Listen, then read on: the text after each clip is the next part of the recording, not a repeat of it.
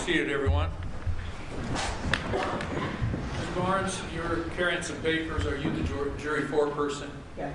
Would you give those papers to our bailiff, please?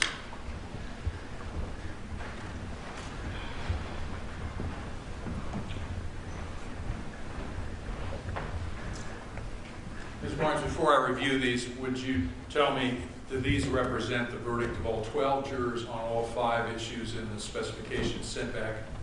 They do.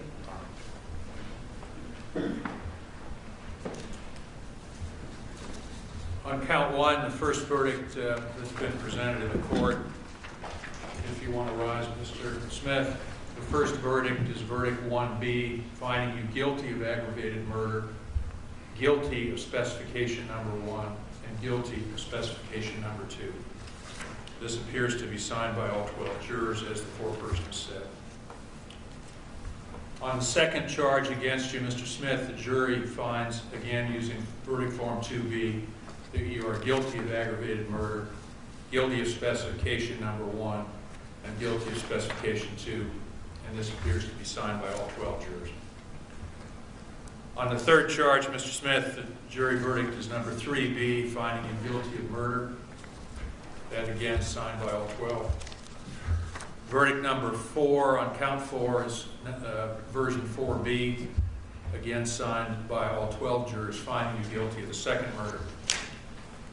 And the verdict on count 5 finds you guilty of domestic violence, and the jury has circled that you did have a previous conviction on the second page, the supplemental question. And again, both questions seem to be answered by all 12 jurors. Before I poll the jury, does counsel for either side want to see the verdict forms and review them for form? Stay satisfied, Your Honor. All right, you can be seated, folks. Members of the jury, just to assure everyone in the courtroom and for the record that Mrs. Young is making that we've got the correct verdicts and correctly understood everything, I'm going to do what's called poll the jury, which is ask each of you individually if these 5 verdicts that I've just referred to reflect your individual judgment after hearing the evidence and the law in this case. I'll start with Mr.